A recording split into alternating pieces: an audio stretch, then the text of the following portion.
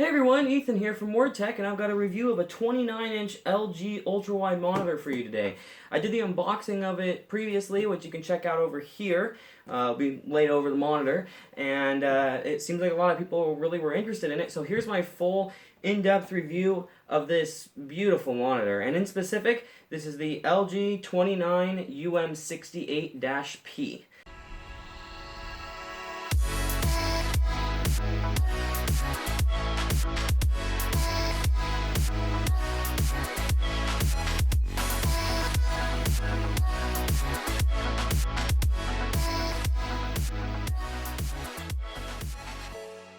Let's first get into the build quality of this thing. So the stand is just a tilt stand. It's got the -5 +15 usually is what they do on the angle for the stand. There's no tilt, no rotation and no height adjustment, which I would have liked to see. But for a monitor that a lot of times goes on sale for like $250 or $280. I'm pretty impressed with the way it is already. The stand is really well built. It's actually, there's not a lot of wobble. It may look like there's a decent amount, but it's a really heavy monitor here. And the stand is solid enough that even when you smack the desk, it doesn't shake much. So while I'm playing, I've never felt dizzy or anything like I have with some other monitors and felt like it was wobbling back and forth or whatever, right? And then you've got the plastic on the back here. And this is actually where the build quality, I feel like, starts to drop off a little bit. So everything's glossy plastic on this monitor, basically everywhere, and it frustrates me. In fact, the only place that it's not is where you plug stuff in, the part you never look at. I wish it was all matte. I don't like this glossy plastic. It scratches too easy, it shows fingerprints too easy, it shows dust way too easy. Oh, the dust is ridiculous. As for the build quality of the physical panel itself, though, that is excellent. I get very little backlight bleed, there are no dead pixels, there are no stuck pixels, anything like that. So the build quality of the panel itself and the stand are both really good. It's just LG, and I think every reviewer, everybody has been trying to tell you guys this. Please, just make the monitor out of matte materials. It's not that hard. You'll please everybody, and matte looks better in a lot of people's opinions too. So anyway, that's for the build quality. For the design, though, I actually do think it's a very pretty monitor with the basically bezel-less design here. Now, of course, you've still got the black space up on the matte glass here. Or, well, it's not glass, but you know what I mean, the matte panel. So you do actually still have a bezel, but it looks like there isn't one, especially when the monitor's showing a black scene, because you've got just the plastic part up here, and then the bezel's kind of part of the screen. LG's been doing that for a while, so have some other companies. I really like this design overall. I think that they did a great job with that. So it looks pretty. The stand looks good, other than the glossy plastic. So the overall design, though, I'm really impressed with, actually. It's just, it looks good sitting on a desk. It is actually bigger than it seems. So this is a 29-inch, and you look at it next to my head. Just said previously, I've got a big head. And this here still, it just consumes the desk space pretty well. Now, eventually, I'll probably have a 34-inch, which I'm excited to see just how huge those are. But you will not be disappointed with the 29.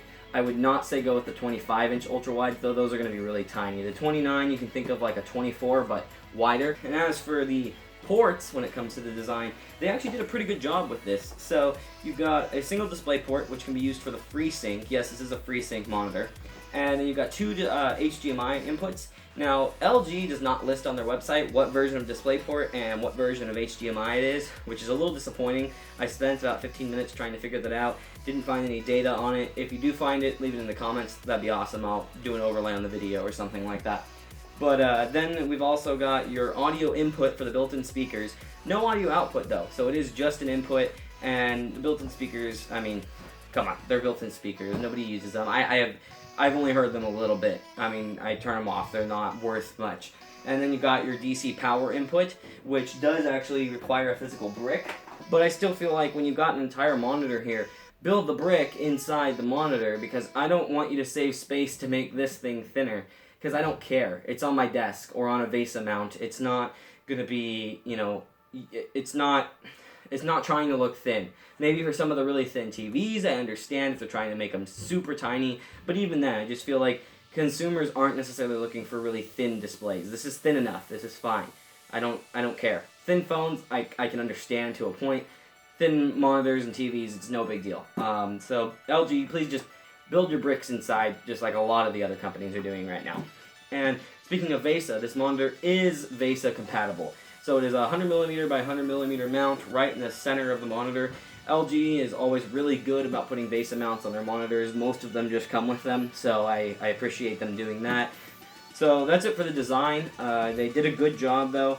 It's good looking, and the build quality, I keep referring back to that, it's great. And then the speakers I actually want to talk about. They're not good, of course. They're better than some other monitor speakers, but they're not going to be great. There's one feature I like about them though.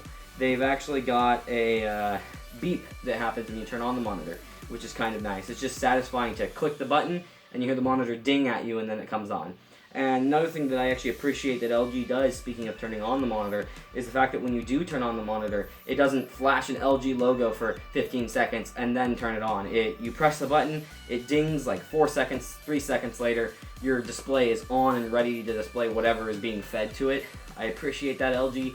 A lot of people think that the monitor is warming up. There's no need for that. 2 seconds and it should be on. I don't like a lot of monitors that display logos and stuff for a while, because when I press that button, I want to start using my computer right away. It's just an irritating thing, no big deal, but I appreciate LG doing that and focusing on that. Now, another thing I want to go over, actually, on the design is this little joystick button that they have right under the LG logo here. And it's a small joystick, but it's very tactile. It clicks in and it's left, right, up, and down.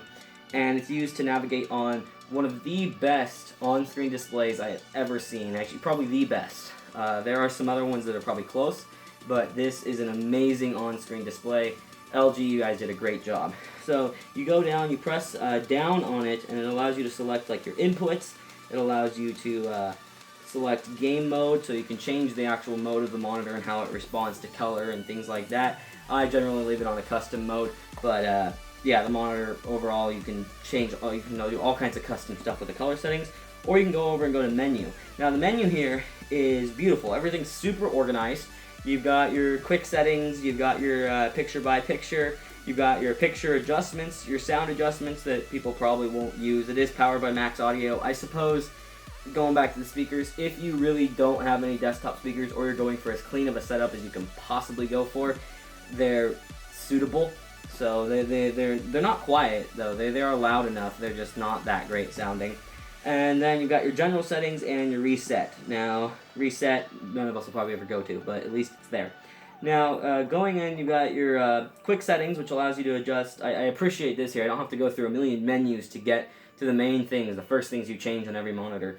Quick settings, you've got brightness, contrast, volume, which input, and you've got the ratio if you want it to be wide or you want to change it down to a 1080p or whatever like that. And you just go over and you select what you want and adjust it. So I appreciate that. And then to go back, you just go back. The joystick movement is amazing. There's nothing better than that. I don't have to find a button or anything. This is perfect. Thank you, LG, for doing that. And this monitor does support picture by picture, meaning it actually can take 2 HDMI inputs, split them vertically on here, and you can have, you know, your like laptop and your desktop hooked up to it. Some people might find that useful for productivity. I got this for gaming, so I won't be using that much. Then you go down to your picture settings. You got your picture mode. Mine's on custom. And then you've got your game modes that you can do, and you can adjust game settings. You can turn FreeSync on and off. You can turn on and off your black stabilizer, things like that, and your color adjustments. Sound, I think, is pretty self-explanatory. And then general is just things like language, the energy saving, which I always turn off, and a few other things on here that you have.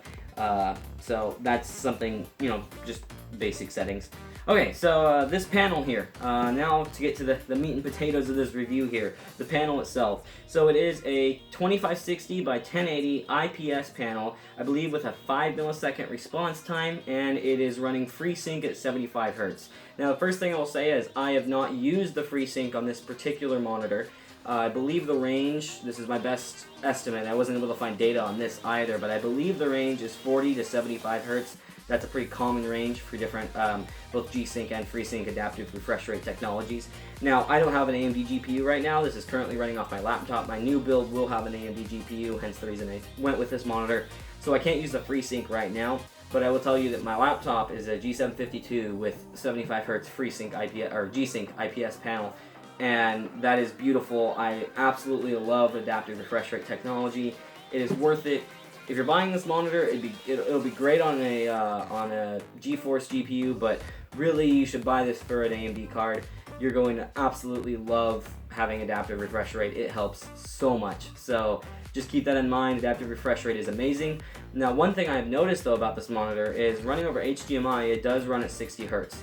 I have not been able to change the setting to bump it up to 75 Hertz, even though it is a 75 Hertz panel.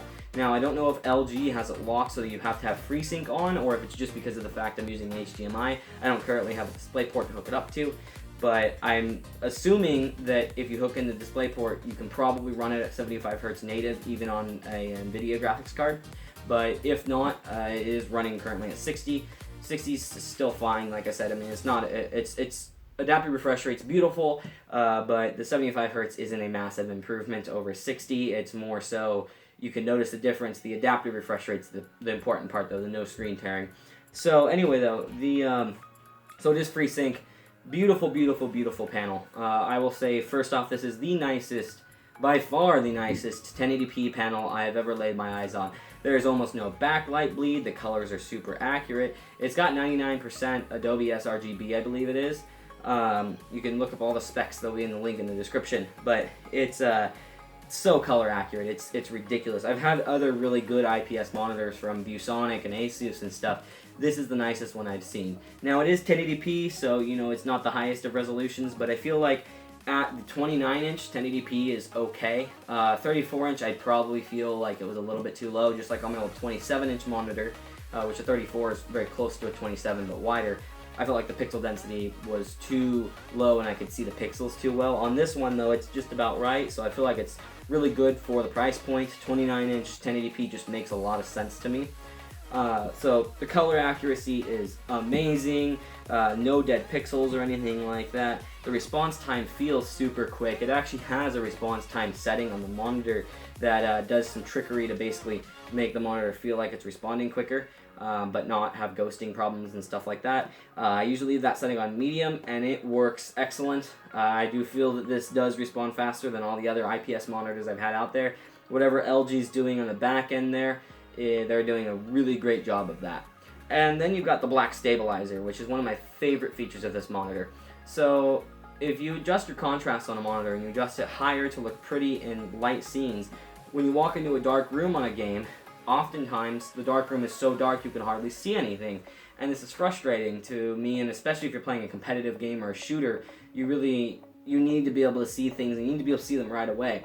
This monitor actually actively adjusts its gamma and stuff like that to make it so that the blacks stand out, or when you're in a black scene, it lightens it up essentially, and things look amazing. It does a great job of it. I've actually really noticed it in many games. It's smooth and quick though, it's not irritating by any means, and it does a really good job of just bringing all the details out when I'm in a dark scene so that nothing looks missing, so that I can see that head that I'm trying to shoot or whatever it may be.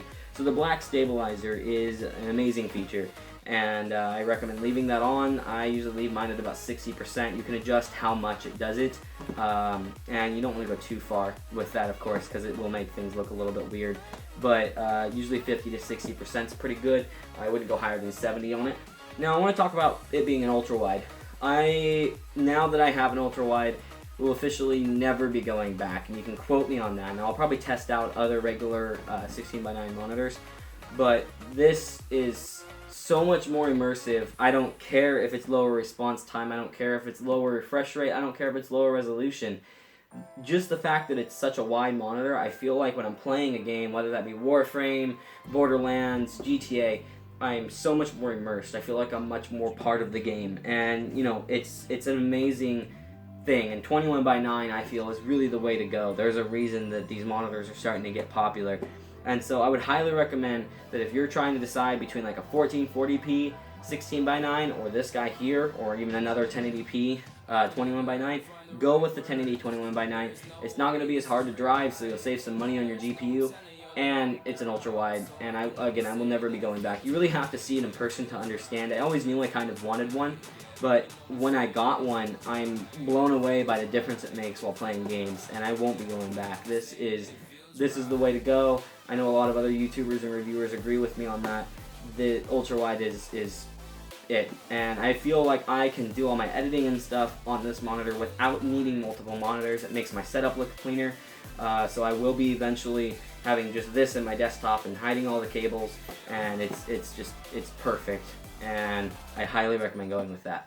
But anyway, back to the LG monitor. They did a great job. Kudos LG. The price is so right on this monitor right now. Check out the Amazon link and see what it is right now. It does tend to fluctuate. I've seen it go anywhere from about $260 up to about $320. So it really does depend on how many they're selling, what's in stock, etc. But even for the $300+ this is an incredibly good monitor. Go pick one up if you're considering it. You will not be unhappy. It's absolutely amazing. So thank you for watching the video.